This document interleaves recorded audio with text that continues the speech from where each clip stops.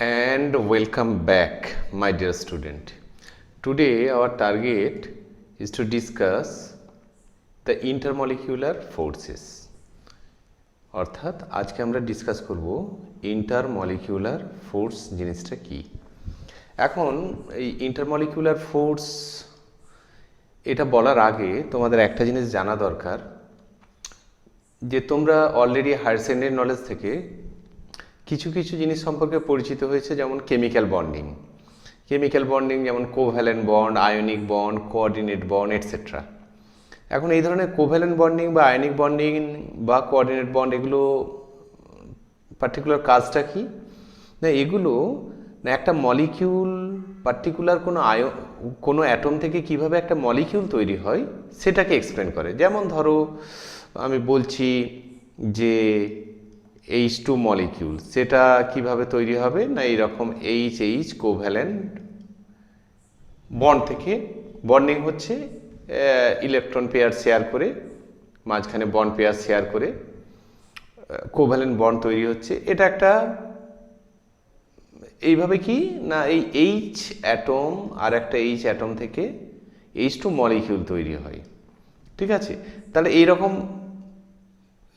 যেগুলো তোমরা শিখেছো অলরেডি হায়ার সেকেন্ডারি, অর্থাৎ কোভ্যালেন্ট বন্ড, আয়নিক বন্ড অথবা কোঅর্ডিনেট বন্ড, এগুলো পার্টিকুলারলি কি করে না কোনো একটা মলিকিউল অ্যাটম থেকে কিভাবে তৈরি হচ্ছে সেটাকে এক্সপ্লেন করে। কিন্তু এইখানে আমরা একটা অন্য জিনিস নিয়ে আলোচনা করছি। তুমি ধরো এক গ্লাস জল নিয়েছো, এক গ্লাস জল মানে সেখানে তো বিলিয়নস অফ জলের মলিকিউলস আছে, সেই মলিকিউলগুলো তো যখনই গ্লাসে জলটা নিচ্ছ মুহূর্তে তো উড়ে চলে যাচ্ছে না, গ্লাসের মধ্যেই মলিকিউলগুলো থাকছে, তাই না? অনেক টাইম দিলে আস্তে আস্তে ইভাপোরেট হলে তারপর মলিকিউলগুলো হয়তো যেতে পারে, সেটা আলাদা প্রশ্ন, কিন্তু থাকছে। তেমনই কোনো সলিড যদি নাও, ধরো তুমি 1 চামচ নুন নিয়েছো বা কিছু একটা সলিড, সেখানে কিন্তু মলিকিউলগুলো অসংখ্য মলিকিউল আছে, কিন্তু সেই মলিকিউলগুলো অ্যাসোসিয়েটিভ অবস্থায় অর্থাৎ সংযোজিত অবস্থায় সেগুলো থাকছে। তার মানে এই যে অসংখ্য বিলিয়নস অফ মলিকিউলস, এই মলিকিউলসগুলো যে একে অপর থেকে সরে চলে যাচ্ছে না, দূরে চলে যাচ্ছে না, তারা অ্যাসোসিয়েটিভ অবস্থায় থাকছে, নিশ্চয়ই এই মলিকিউলগুলোর মধ্যেও কোনো না কোনো ফোর্স আছে, তাই তো? অর্থাৎ আমি যদি ধরো জলের একটা মলিকিউল নিয়ে ভাবি, H2O একটা মলিকিউল, এই দুটো কোভ্যালেন্ট বন্ড দিয়ে এই একটা H2O মলিকিউল তৈরি হয়েছে, যেখানে একটা অক্সিজেন আছে, দুটো হাইড্রোজেন আছে। কিন্তু এক গ্লাস জলে এইরকম বিলিয়নস অফ H2O মলিকিউলস আছে, তাই না? ঘটনা হচ্ছে আমাদের আজকে আলোচ্য বিষয় যেটা, যে বিলিয়নস অফ মলিকিউলগুলোর মধ্যে কি ফোর্স আছে, কি ধরনের ফোর্স থাকে যে মলিকিউলগুলোর মধ্যে, যেই মলিকিউলগুলো একে অপরকে ছেড়ে চলে যায় না, তারা অ্যাসোসিয়েটিভ অবস্থায় থাকে, তার ফলে গ্যাস সেটা হচ্ছে লিকুইফাই পসিবল হয় বা সলিড তৈরি হয়, বা ইভেন গ্যাসের মধ্যেও intermolecular force of attraction present থাকে। এই যে আজকে আমরা তাহলে বেসিক্যালি আলোচনা করব কিন্তু যে ইন্টারমলিকুলার ফোর্স নিয়ে, অর্থাৎ বিভিন্ন মলিকিউলের মধ্যে কি কি ধরনের ফোর্স থাকতে পারে। তার মানে প্রথমে আমরা যেটা তোমাদের জানা দরকার যে আমরা তাহলে প্রথম কাজ আমাদের যেটা কি, এখানে আমি যেটা লিখেছি দেখো, we know how the atoms in a molecule are held together. অর্থাৎ একটা মলিকিউলের মধ্যে যে কথাটা বললাম, অ্যাটমগুলো কিভাবে থাকে এটা আমরা জানি বন্ডিং থেকে, কেমিক্যাল বন্ডিং থেকে, যে বিভিন্ন অ্যাটম থেকে কিভাবে মলিকিউল তৈরি হয়। কিন্তু আমরা কি কি কোশ্চেনের উত্তর এখন শিখব। 1 নম্বর শিখব, why do molecules in a liquid or solid stick around each other. একটা লিকুইড বা সলিডের ক্ষেত্রে মলিকিউলগুলো তো উড়ে চলে যাচ্ছে না, দূরে সরে চলে যাচ্ছে না, তারা অ্যাসোসিয়েটিভ অবস্থায় থাকছে। অর্থাৎ এই অসংখ্য মলিকিউলের মধ্যে কি কি ধরনের ফোর্স থাকে, সেগুলো কিন্তু এই কোভ্যালেন্ট বন্ড বা আয়নিক বন্ড বা কোঅর্ডিনেট বন্ড এই রকম নয়, কোথাও কিছু হতে পারে এই ধরনের ফোর্স বা কোভ্যালেন্ট, মানে অসংখ্য মলিকিউলের মধ্যে থাকতে পারে এবং তারপরে 3 ডাইমেনশনাল স্ট্রাকচার জেনারেট করতে পারে, সেগুলো আলাদা প্রশ্ন। কিন্তু ইন জেনারেল আরও অনেক রকম ফোর্স আছে, যেই ফোর্সগুলো কিন্তু অনেক মলিকিউলসকে অ্যাসোসিয়েট হতে সাহায্য করে। তার মানে নেক্সট আমাদের আর একটা তার মানে কোশ্চেনের আমরা উত্তর খোঁজার চেষ্টা করবো আজকে, what makes the molecules attracted to one another, মানে ঠিক অন্য কথায় যে কি ধরনের ফোর্সগুলো মলিকিউলগুলোর মধ্যে আছে যার ফলে একটা মলিকিউল আর একটার প্রতি অ্যাট্রাক্টেড হয়ে যায়। এই ধরনের কোশ্চেনগুলো উত্তর আমরা খোঁজার চেষ্টা করব।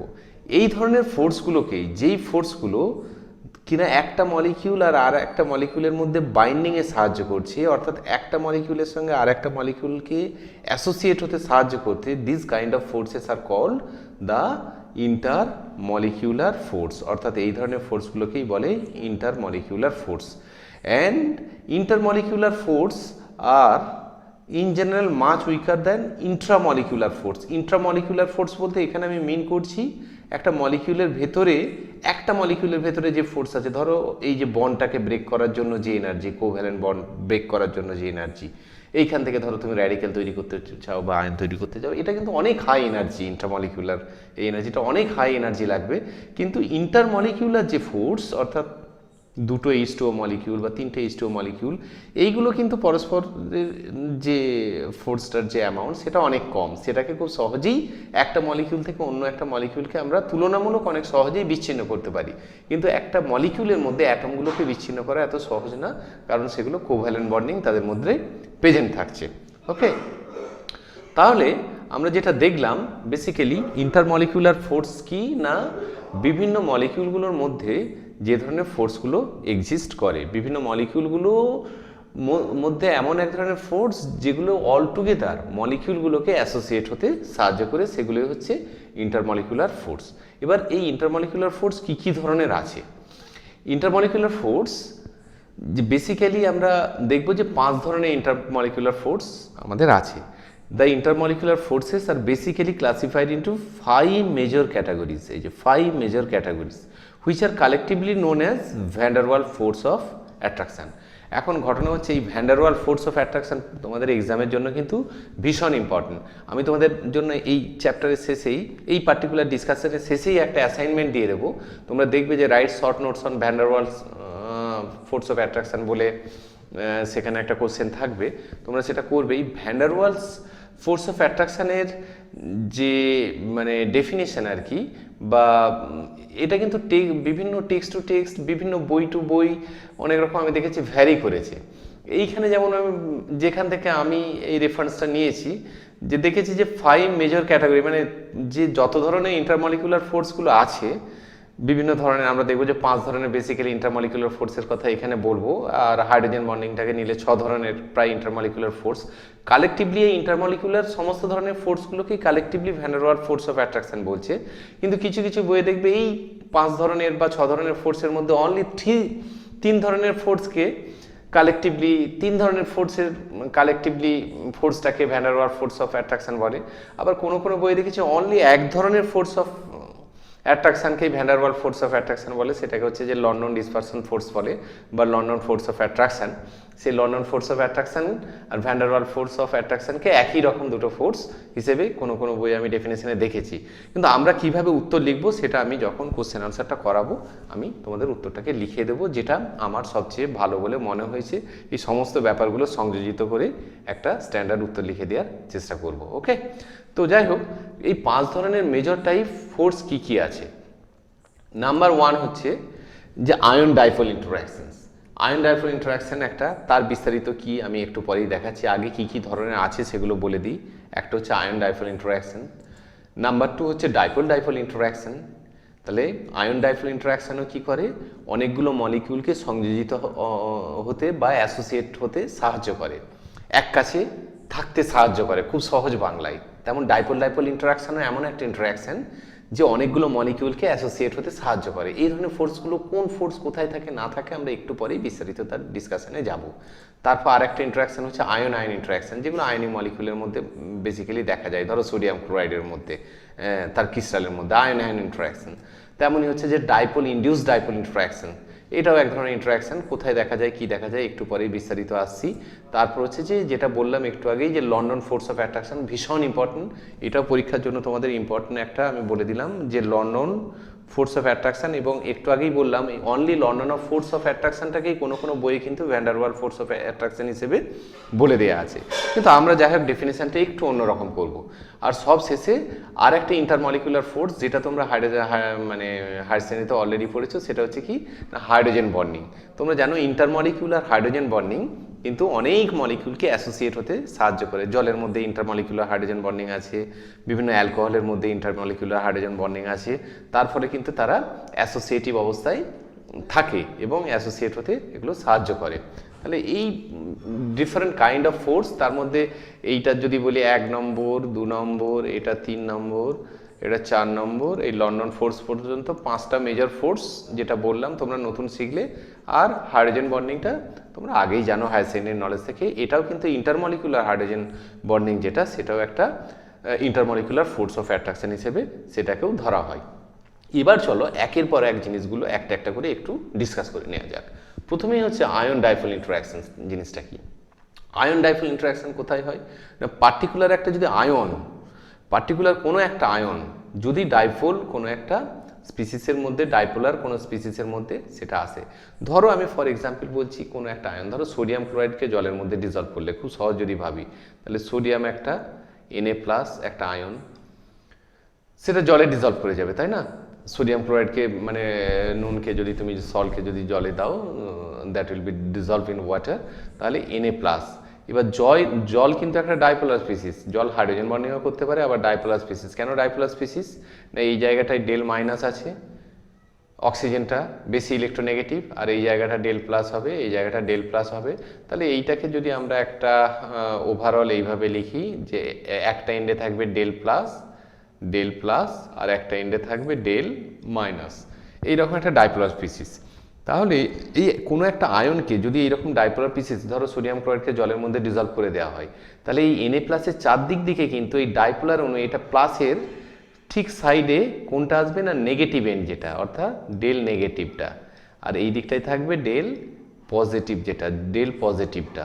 ওকে, সিমিলারলি এই দিকে থাকবে ডেল নেগেটিভ, এই দিকটায় থাকবে ডেল পজিটিভ, সিমিলারলি থাকবে এই দিকে ডেল নেগেটিভ, এই দিকে থাকবে ডেল পজিটিভ। মানে প্লাসের সামনে থাকবে কি, কাছাকাছি থাকবে অ্যাট্রাকটিভ, মানে অপোজিট চার্জ তো পরস্পরকে অ্যাট্রাক্ট করে, সুতরাং নেগেটিভটা সামনের দিকে থাকবে।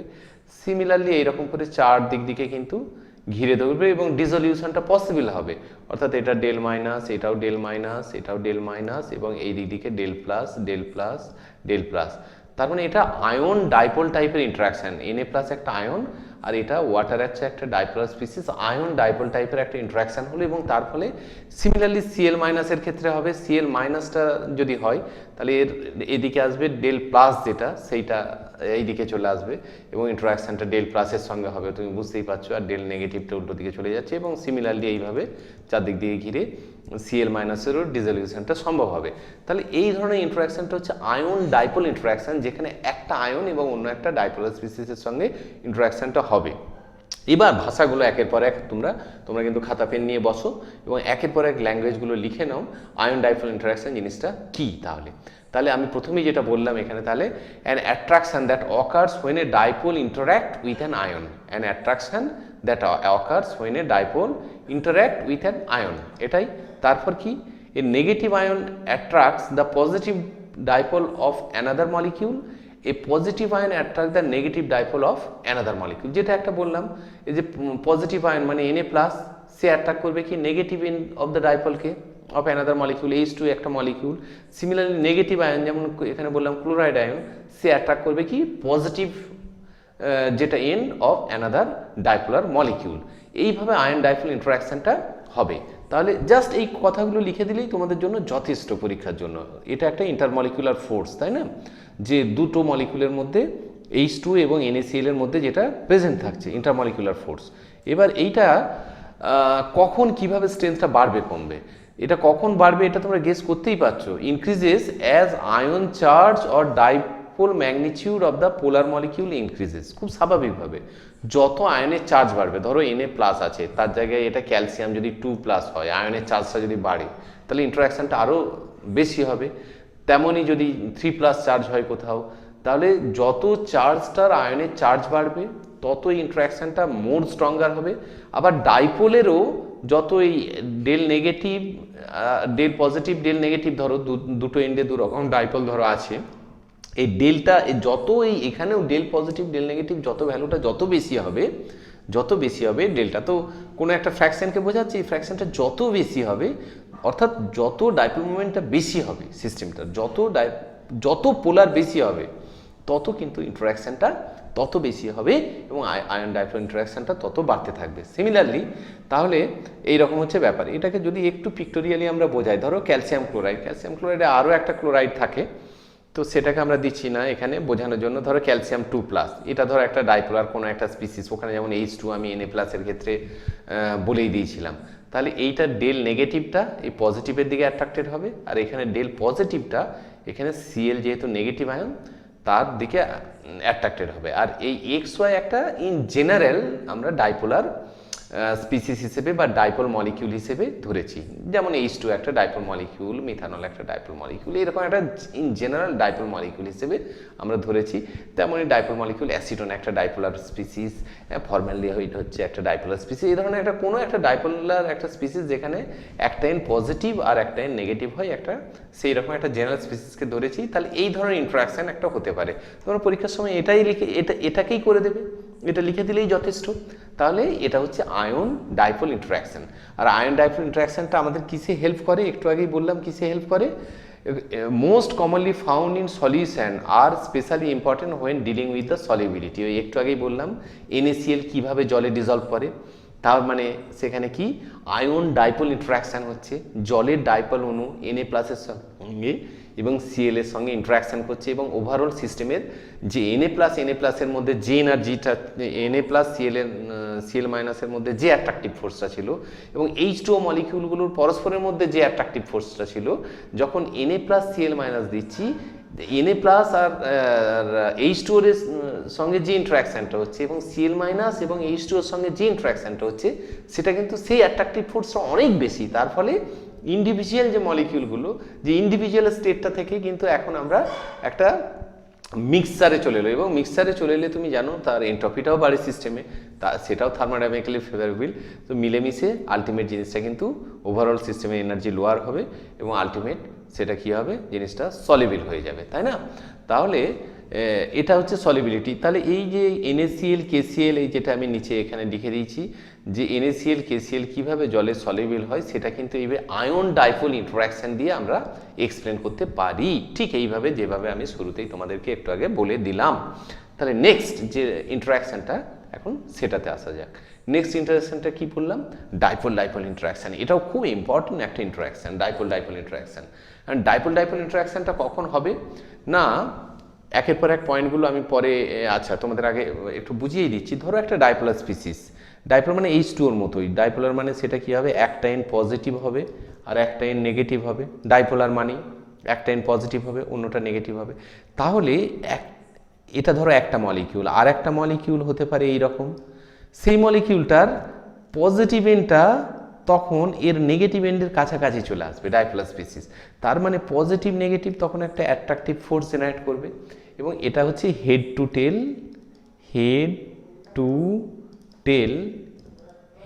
টেল কম্বিনেশন। এইরকম কম্বিনেশন একটা হতে পারে এবং এর ফলে একটা অ্যাসোসিয়েশন হতে পারে। এই অ্যাট্রাকটিভ ফোর্সটা অনেকগুলো মলিকিউলকে অ্যাসোসিয়েট করতে পারে, এটাকেই বলছে ডাইপোল ইন্টারাকশন। আরও একভাবে হতে পারে যেটা হচ্ছে ল্যাটারালি তারা ইন্টারাক্ট করতে পারে। ল্যাটারালি ইন্টারাক্টটা কীভাবে করতে পারে, ধরো এইরকমভাবে নিলাম প্লাস মাইনাস, আর ঠিক এই দিকটাই দিয়ে দিলাম উল্টো রকম মাইনাস প্লাস।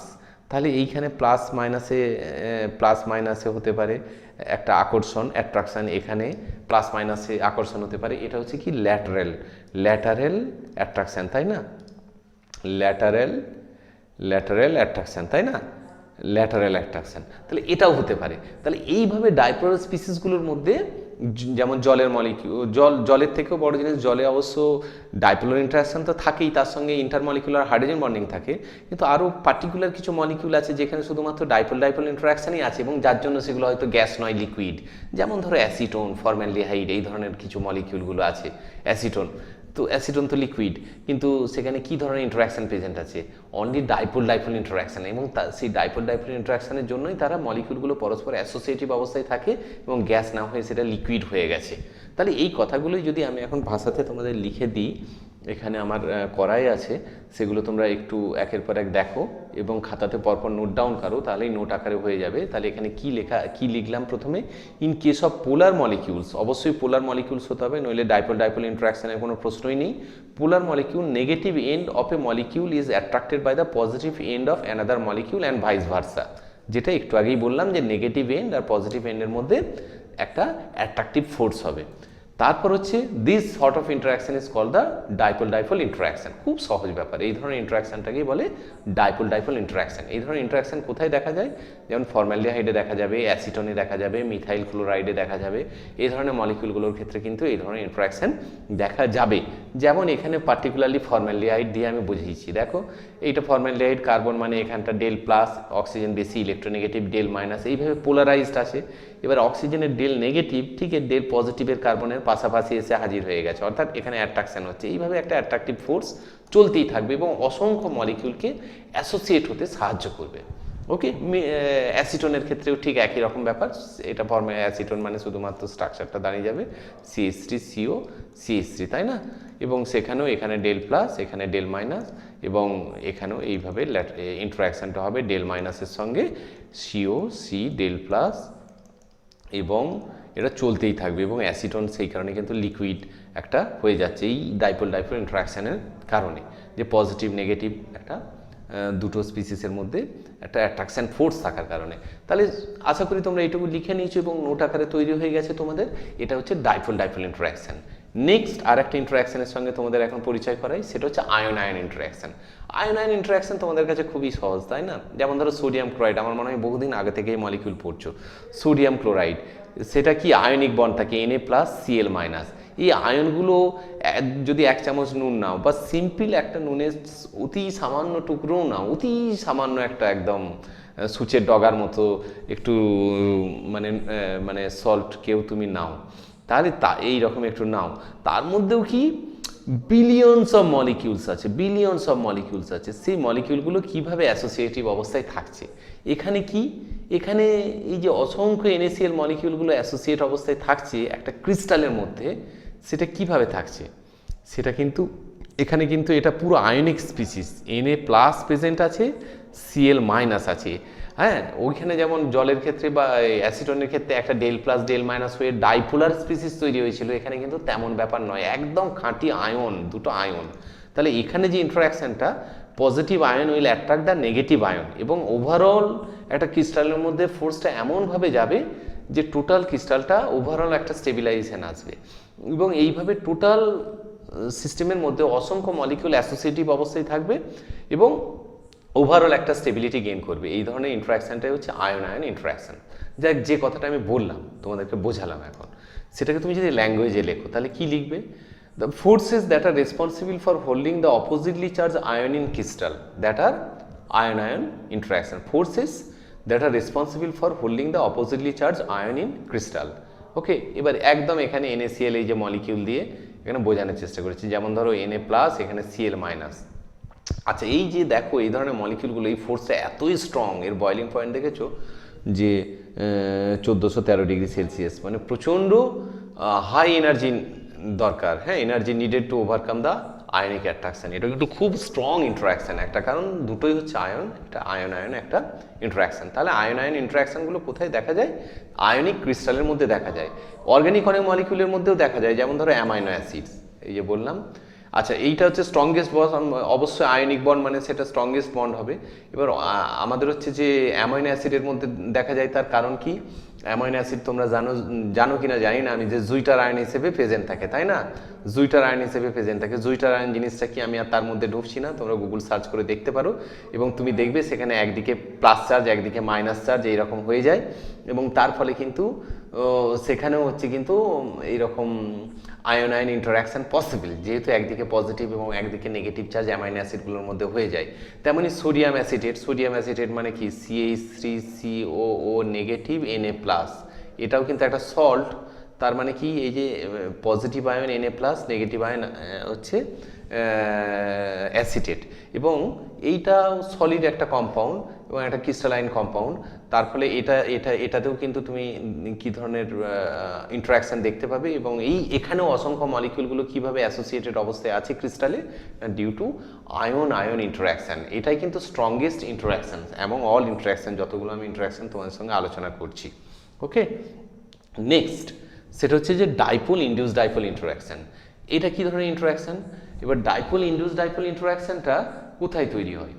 যে ধরো একটা পোলার মলিকিউল আর একটা নন পোলার মলিকিউল দুটো কাছাকাছি এসেছে, তখন পোলার মলিকিউল কি করবে? তার একটা তো পার্মানেন্ট ডাইপোল মোমেন্ট থাকবে। পোলার মলিকিউল মানেই তার একটা পার্মানেন্ট পোলারিটি আছে মলিকিউলটার মধ্যে, মানে একদিকে ডেল প্লাস একদিকে ডেল মাইনাস আছে।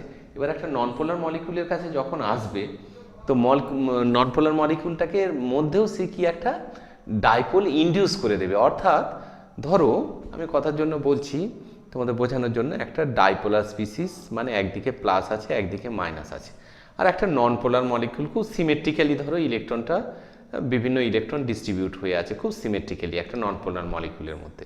এবার এই নেগেটিভ এনটা যখনই ধরো নন পোলার মলিকিউলের কাছে আসবে, তখন তো এই নেগেটিভ এনটা এই ইলেকট্রনগুলোকে রিপালসান করবে। তারপরে ইলেকট্রনটা কি হয়ে যাবে? এইখান থেকে একটু দূরে চলে যাবে।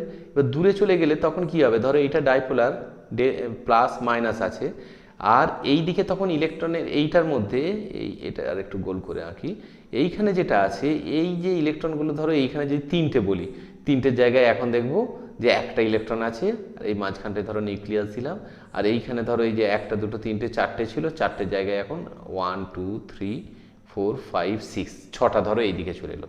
তার মানে এই যে লেফট সাইডে ইলেকট্রনটা কমে গেল, রাইট সাইডে ইলেকট্রনটা বেড়ে গেল। তার মানে লেফট সাইডটা ইলেকট্রন ডেফিসিয়েন্ট হয়ে গেল এই মলিকিউলটা, যেটা নন পোলার ছিল, এতক্ষণ নন পোলার ছিল, আর রাইট সাইডটা ইলেকট্রন রিচ হয়ে গেল। অর্থাৎ রাইট সাইডটা ডেল নেগেটিভ একটা চার্জ জেনারেট করলো, আর এখানে ইলেকট্রন ডেফিসিয়েন্সি হওয়ার জন্য ডেল পজিটিভ চার্জ জেনারেট করলো। অর্থাৎ এই যে ডাইপোলার স্পিসিস, যেটার পার্মানেন্ট ডাইপোল মোমেন্ট বা পার্মানেন্টলি পোলার মলিকিউল, যেটার অলরেডি একদিকে প্লাস একদিকে মাইনাস চার্জ আছে, del plus del minus charge আছে, সে অন্য একটা নন পোলার মলিকিউলকে কিন্তু ডাইপোল তার মধ্যে ইনডিউস করে দিল। অর্থাৎ এখানে আগে ছিল না মলিকিউলটার মধ্যে কোনো ডাইপোল, এখন কিন্তু একটা ইনডিউস ডাইপোল এর মধ্যে তৈরি হয়ে গেল, এবং তার ফলে এই ইনডিউস ডাইপোল এখন পজিটিভ এনটা এর নেগেটিভ এনকে অ্যাট্রাকশান করবে, এবং এইভাবে অন্য আবার এই ইনডিউস ডাইপোলটা অন্য একটা পার্টিকুলার নন পোলারকে ইনডিউস করতে পারে, বা পোলার এই পার্টিকুলার মলিকিউলটা আবার একটা নন পোলারকে ইনডিউস করতে পারে। এইভাবে ইনডিউস ডাইপোল নতুনভাবে যেটা তৈরি হলো, সেও নন পোলারকে ইনডিউস করতে পারে, বা যেটা পার্মানেন্টলি পোলার আছে সেও আবার নন পোলারকে ইনডিউস করতে পারে। এইভাবে থ্রু দ্য আউট সিস্টেম কি হবে? একটা ডাইপোল ইনডিউস ডাইপোল ইন্টারাকশন তৈরি হবে, এবং তার ফলে একই রকম তারপর ঘটনাটা ঘটবে যে পজিটিভ এন নেগেটিভ এনকে অ্যাট্রাক্ট করবে, এবং তার ফলে টোটাল অসংখ্য মলিকিউল অ্যাসোসিয়েটিভ অবস্থায় থাকবে। তাহলে এই ধরনের ইন্টারাকশনটা কোথায় দেখা যায়? দেখা যায় যেটা এখানে লিখেছি, when a polar molecule come closer to a neutral molecule. অর্থাৎ একটা পোলার মলিকিউল যখন নন পোলার মলিকিউলের কাছে আসছে, then electronic distribution of the neutral molecule is distorted, যেটা তোমাদের একটু আগেই বোঝালাম, and an instantaneous induced dipole moment is generated। এবং ইনস্ট্যান্ট মানে মুহূর্তে, কোনো এক মুহূর্তে একটা ইনডিউস ডাইপোল মোমেন্ট সেখানে জেনারেট করে, এবং তার ফলে যেমন এইখানে যেমন এক্সাম্পল দিয়ে তোমাদেরকে বুঝিয়েছি, ধরো এই ইন্টারহ্যালোজেন কম্পাউন্ড, এটা ব্রোমিন ক্লোরাইড BrCl। এইখানে দেখো Cl কি মোর ইলেকট্রোনেগেটিভ, আর Br হচ্ছে তার ইলেকট্রোনেগেটিভিটিটা Cl এর থেকে কম, তার ফলে ম্যাক্সিমাম ইলেকট্রন ডেন্সিটিটা দেখো Cl এর দিকে চলে গেছে, এই বড় উপরে আঁকা হয়েছে Cl এর দিকে চলে গেছে, আর Br এর দিকে ইলেকট্রন ডেন্সিটিটা কম, তার ফলে Br এনটা ডেল পজিটিভ আর Cl এনটা ডেল নেগেটিভ নিয়েছে। এই মলিকিউলটার মধ্যে একটা পার্মানেন্ট ডাইপোল মোমেন্ট আছে, অর্থাৎ এটা হচ্ছে পোলার মলিকিউল একটা। এবার আর্গন একটা মনোঅ্যাটমিক গ্যাস, এবং যেটা কিন্তু একটা নিউট্রাল মলিকিউল, নন পোলার মলিকিউল। এই যে ডেল নেগেটিভটা আর্গনের এই সাইডে যে ইলেকট্রনগুলো ছিল তাকে রিপিল করে এই দিকে ইলেকট্রনগুলো অনেক বেশি পরিমাণে করে দিয়েছে, তার ফলে এই দিকে ডেল নেগেটিভ চার্জ জেনারেট করে গেছে, এবং এই দিকে ডেল ইলেকট্রন ডেফিসিয়েন্ট হয়ে যাওয়ার কারণে এই দিকে ডেল পজিটিভ চার্জ জেনারেট করে গেছে। তার ফলে আর্গন, যার কিনা কোনো পোলারিটি ছিল না, এখন কিন্তু ইনস্ট্যান্টেনিয়াস একটা ইনডিউস ডাইপোল জেনারেট করেছে এবং তার ফলে ইনডিউস ডাইপোল জেনারেট করার ফলে এই পজিটিভ এন্ডটা নেগেটিভ এন্ডটা পরস্পরের সঙ্গে আকর্ষণ করছে এবং তার ফলে কি হয়েছে, ডাইপোল ইনডিউস ডাইপোল একটা ইন্টারাকশান তৈরি হলো এবং এই ডাইপোল ইনডিউস ডাইপোল ইন্টারাকশান তৈরি হওয়ার ফলে এবং তুমি বুঝতেই পারছো নেগেটিভ পজিটিভ মানে অ্যাট্রাকশান হবে, আবার এই নেগেটিভটা অন্য একটা পজিটিভকে অ্যাট্রাক্ট করবে এবং এইভাবে টোটাল থ্রুআউট দ্য সিস্টেম একটা অ্যাট্রাকটিভ ফোর্স তৈরি হবে এবং মলিকিউলগুলোর মধ্যে একটা কি বলবো একটা এবার মলিকিউলটা কী ধরনের বিহেভ করবে, সেটা গ্যাস হবে বা লিকুইড হবে, বা লিকুইড হলেই তার বয়লিং পয়েন্ট বেশি হবে না কম হবে বা কী হবে, এগুলো আলাদা পরের প্রশ্ন। কিন্তু আমরা এটুকু অন্তত বলতে পারি যে এই ধরনের মলিকিউলগুলোর মধ্যে একটা অ্যাট্রাকটিভ ইন্টারাকশান তৈরি হবে এবং এই অ্যাট্রাকটিভ ইন্টারাকশানটার নামই হচ্ছে কি ডাইপোল ইনডিউস ডাইপোল ইন্টারাকশান। ওকে, যেমন আমরা পরে এই ধরনের এক্সাম্পল নিয়ে আরও কোশ্চেন আনসার যখন ডিসকাস করবো আরও কিছু জিনিস নিয়ে এখানে আলোচনা করব। আশা করি তোমাদের এটা ক্লিয়ার হয়েছে। নেক্সট যেটা আমি আলোচনা করছি না, নেক্সট মানে এখানে জাস্ট এইটুকু তাহলে যেটা লিখেছি একটু পড়ে নাও। This attractive force between the dipole of polar molecule and induced dipole of neutral molecule is called the dipole induced dipole interaction. আশা করি পরীক্ষায় পড়লে তোমরা এই ল্যাঙ্গুয়েজগুলো আশা করি খাতায় লিখে নিয়েছো এবং নোট আকারে তৈরি হয়ে গেছে। আশা করি পরীক্ষায় পড়লে তোমরা এর উত্তর করতে পারবে। নেক্সট যেটা আমরা করব ভীষণ ইম্পর্টেন্ট, একটু আগেই আমি তোমাদেরকে বলেছিলাম তাই না, যে লন্ডন ফোর্স। এই লন্ডন ফোর্সকে অনেকে van der Waal force of অ্যাট্রাকশনও বলে, কিন্তু আমি বলেছি যে ভ্যান ডার ওয়াল ফোর্সটা বিভিন্ন বইয়ে বিভিন্ন রকম তার ডেফিনেশনটা আছে। কেউ অনলি লন্ডন ফোর্স অফ অ্যাট্রাকশনকে van der Waal force of attraction বলেছে, কেউ লন্ডন ফোর্স অফ অ্যাট্রাকশনের সঙ্গে আরও কিছু ইন্টারমলিকুলার ফোর্সকে যোগ করে মানে টোটাল সেই ফোর্সগুলোর সামেশনটাকে ultimately van der Waal force of attraction হিসেবে বলেছে। তো আমি তোমাদেরকে নোট আকারে মানে কোশ্চেন আনসার যখন ডিসকাশন করবো এটার, তখন আমি নোট আকারে একদম লিখিয়ে দেবো, যেটা লিখিয়ে দেবো তোমরা পরীক্ষায় সেটাই van der Waal force of attraction মানে উত্তর হিসেবে লিখবে এবং সেটাই যথেষ্ট একটা স্ট্যান্ডার্ড উত্তর হবে। যাই হোক, van der Waal force of অ্যাট্রাকশনটা কি? ভ্যান ডার ওয়াল ফোর্স পুরোপুরি নন পোলার মলিকিউলগুলোর মধ্যে van der Waal force of অ্যাট্রাকশনটা দেখা যায় পুরোপুরি নন পোলার মলিকিউলগুলোর ক্ষেত্রে। নন পোলার মলিকিউলগুলোর মধ্যে কি কোনো পার্মানেন্ট ডাইপোল মোমেন্ট নেই, তাই তো, কোনো পার্মানেন্ট ডাইপোল মোমেন্ট নেই।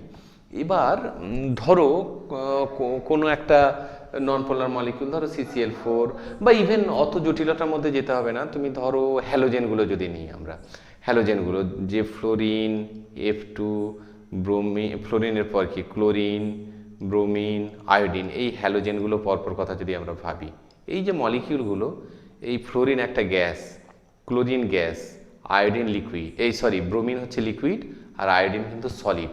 তুমি দেখতেই পাচ্ছ সলিড মানে এর অ্যাসোসিয়েটিভ ফোর্সটা অনেক বেশি, লিকুইড মানে একটু কম, কিন্তু সে ফ্লোরিন বা ক্লোরিনের থেকে বেশি। মানে এই যে অ্যাসোসিয়েটিভ ফোর্সটা আস্তে আস্তে বেড়ে যাচ্ছে, কি কারণে?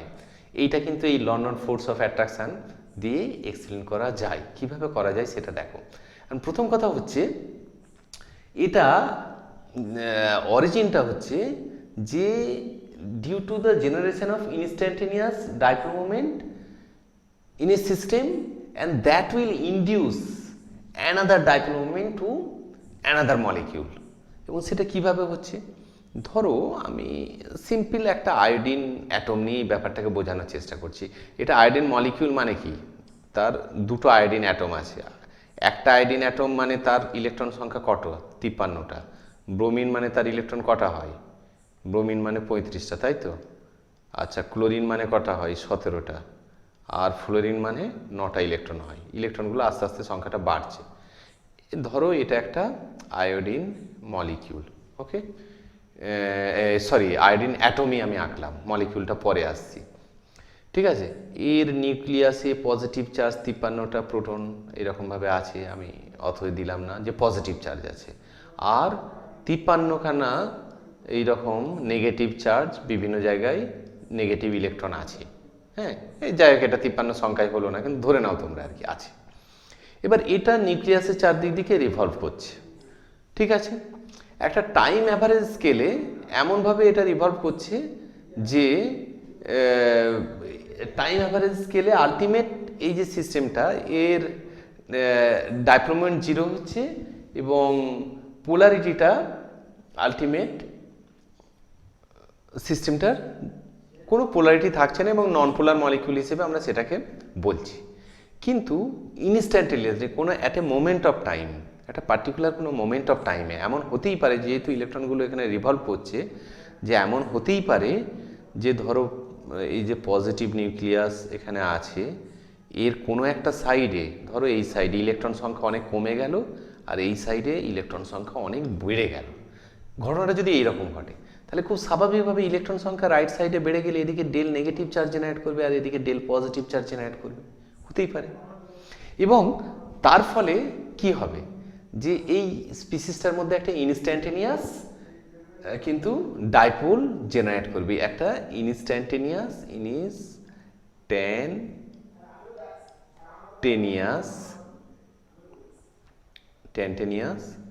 ডাইপোল কিন্তু জেনারেট করবে, তাই না? জেনারেট করবে। যখনই এটা জেনারেট করলো, সে পাশের আবার একটা মলিকিউল, সে আগের যেটা পড়ালাম যে ডাইপোল ইনডিউস ডাইপোল ইন্টারাকশন, ঠিক তার মতো এই ডাইপোলটা আবার একটা পাশের মলিকিউলকে ইনডিউস করবে।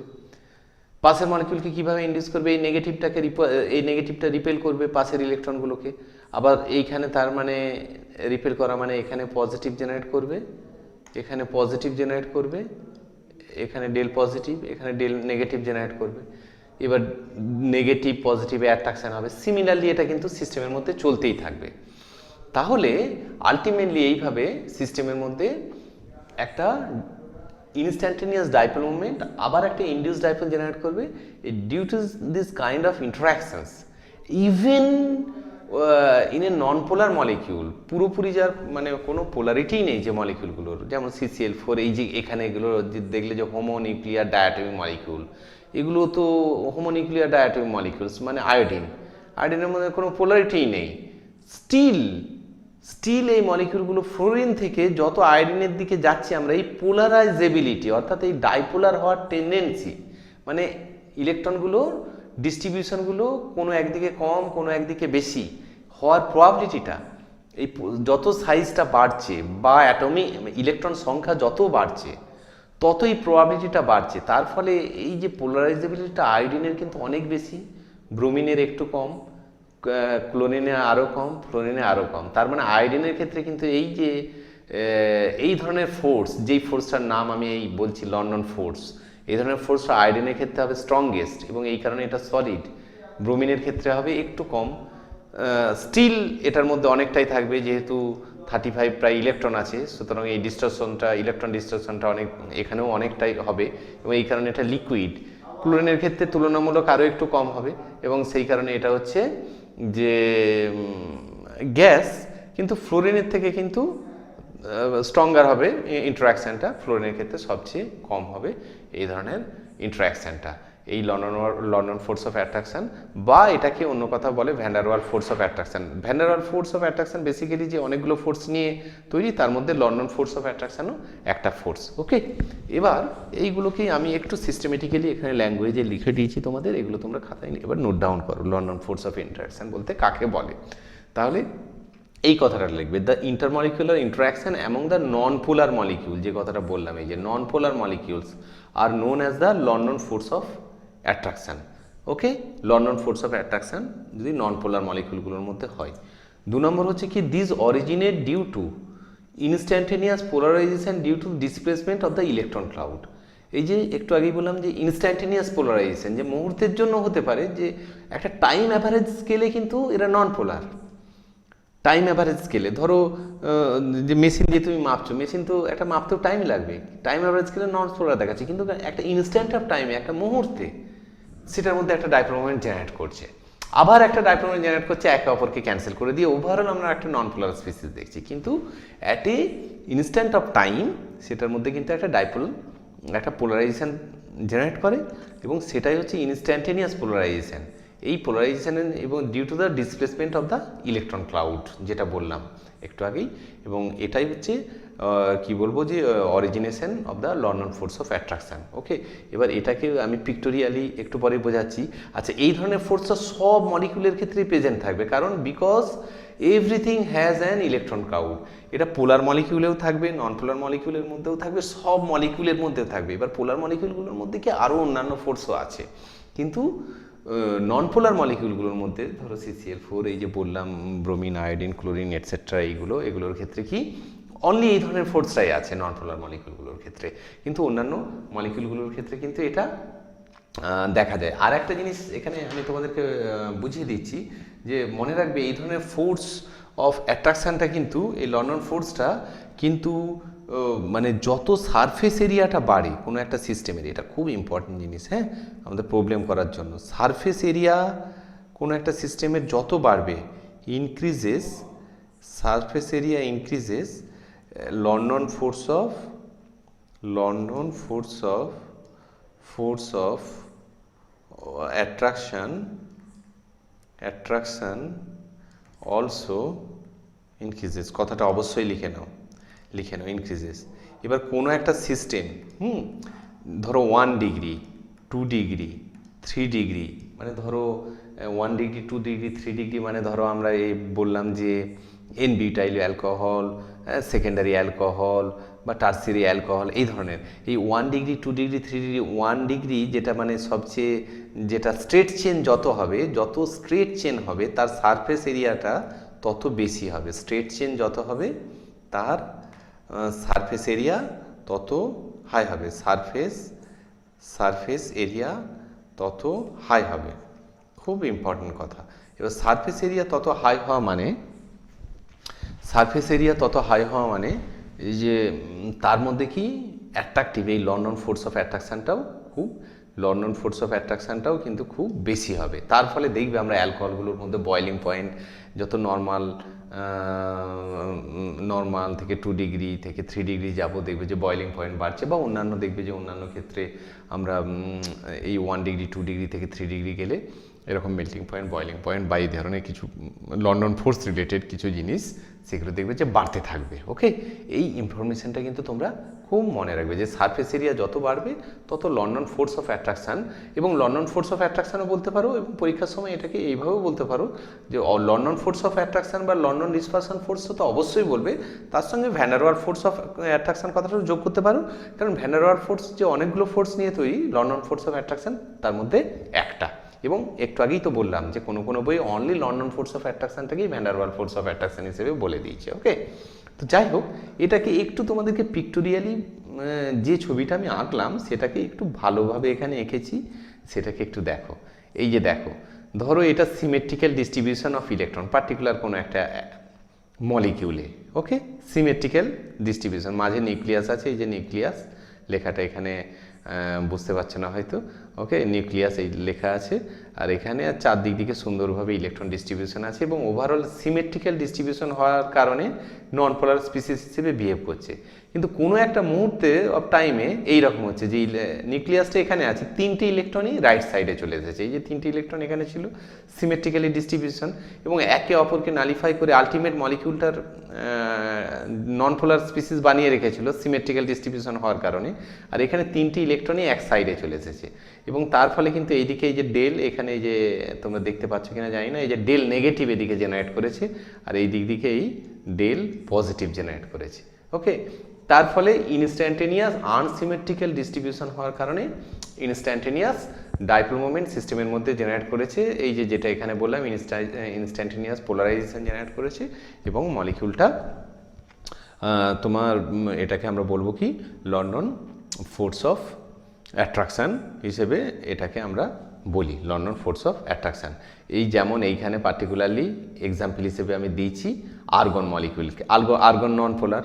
এইখানে দেখো যে কোনো একটা ইনস্ট্যান্ট অফ টাইমে এইভাবে পোলারাইজেশন হয়েছে যে আর্গনের ইলেকট্রনটা একদিকে বেশি হয়ে গেছে, এবং হওয়ার ফলে এখানে কি হয়েছে যে ডেল নেগেটিভ চার্জ জেনারেট করেছে রাইট সাইডে, লেফট সাইডে জেনারেট করেছে ডেল পজিটিভ, কারণ ইলেকট্রনটা এদিকে কমে গেছে কোনো এক মোমেন্ট অফ টাইমে, এবং সে আবার পাশের একটা আর্গন মলিকিউলকে ইনডিউস করেছে, এবং তার ফলে এই যে এইখানে ডট ডট করে যেটা দেওয়া আছে একটা অ্যাট্রাকটিভ ফোর্স জেনারেট করেছে। এই ধরনের ফোর্সটাই হচ্ছে লন্ডন ফোর্স অফ অ্যাট্রাকশান। তাহলে কোন ধরনের মলিকিউল, তোমরা আর্গন মলিকিউল এক্সাম্পল দিতে পারো। আর্গন মলিকিউলের মধ্যে লন্ডন ফোর্স অফ অ্যাট্রাকশান থাকে, এই হ্যালোজেনগুলোর মধ্যে থাকে ক্লোরিন, ব্রোমিন, আয়োডিন, CCl4 একটা নন পোলার স্পিসিস, তার মধ্যে লন্ডন ফোর্স অফ অ্যাট্রাকশান থাকে। এই ধরনের নন পোলার স্পিসিস যেগুলো আছে সেগুলোর মধ্যে কিন্তু আমাদের কি বলবো এই ধরনের ফোর্স অফ অ্যাট্রাকশানগুলো আছে। ওকে, এই নন পোলার স্পিসিসের মধ্যে ল নন ফোর্স অফ অ্যাট্রাকশন আছে। তো যাই হোক, এখানে আজকে আমি আলোচনা শেষ করছি। হাইড্রোজেন বন্ডিং নিয়ে আমি আলাদা একটা ক্লাস নেব দরকার হলে, তোমরা অলরেডি হায়ার সেকেন্ডারি পড়েছো, তবু সময় থাকলে আমি আরও একটা ক্লাস নেব। নেক্সট আমি তোমাদের এরপরে একটা অ্যাসাইনমেন্ট দিয়ে দিচ্ছি, তোমরা আগে অ্যাসাইনমেন্টগুলো বাড়িতে প্র্যাকটিস করবে। আমার নেক্সট কাজ হচ্ছে যে অ্যাসাইনমেন্টগুলো সলিউশন করে দেওয়া তোমাদের। ওকে, অ্যাসাইনমেন্টগুলো প্রত্যেকটা সলিউশন করে দেওয়া, সেই মতো নোট আকারে তোমাদের তৈরি হয়ে যাবে। এবং তারপরে এই সেকশানের যেটা ইম্পর্টেন্ট পার্ট, অর্থাৎ রিয়েল গ্যাসের জন্য যে ইকুয়েশন, আমরা পার্টিকুলারলি কনফাইন থাকবো যে van der wall equation of state এবং সেই রিলেটেড অন্যান্য প্রবলেম নিয়ে তার মধ্যে আমরা ঢুকে যাব। ওকে, তাহলে এই চ্যাপ্টার শেষ হবে। তোমরা সবাই ভালো থেকো, আজ এখানে শেষ করছি।